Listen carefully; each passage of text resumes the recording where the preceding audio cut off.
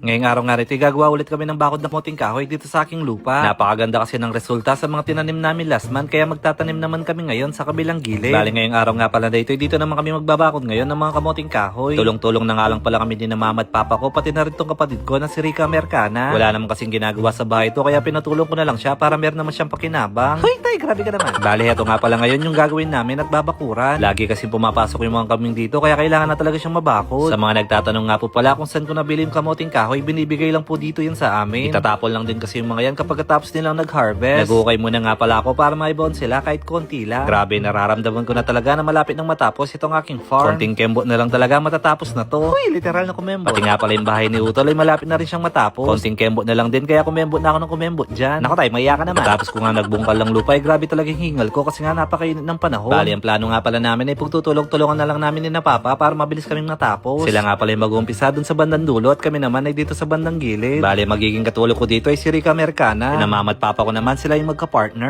Sana all. Hindi pwedeng hindi talaga ako itim kasi nga araw-araw ako dito sa farm. Mabuti na lang din talaga may ininom ako nagluta tayo na galing pa sa South Korea. Kaya kahit papano ay maputi pa rin ako kahit araw-araw ako nakabilang. Pero kung magpapahinga lang ako ng 2 linggo sa bahay, panigurado ay puputi talaga ako. Bale, yung mga kamuting kahoy nga pala na ito ay 2 buwan nang nakatambak sa amin. Yung iba nga pala dyan ay tuyong-tuyo na talaga pero tutubo pa rin yung mga yan. Halos malapit na nga pala kaming matapos nitong aking kapatid pero sina mama ay napakakunti pa lang ng kanilang nagagawa. Nagkukwentuhan muna kasi sila tungkol sa kanilang mga first love. Pati nga rin pala yung kanilang pangalawang first love ay pinag-uusapan din. Grabe, na-miss talaga ako sa kanila dyan kasi nga napaka-open relationship nila. Ay, sana. Yung nakakapagod nga lang din talaga kasi nga bawal ang maselan dito. Hindi pwedeng hindi ka masusugatan kapag sa bukid ka nagtatrabaho. Pero okay lang din naman yun kasi nga sanay naman ako masugatan.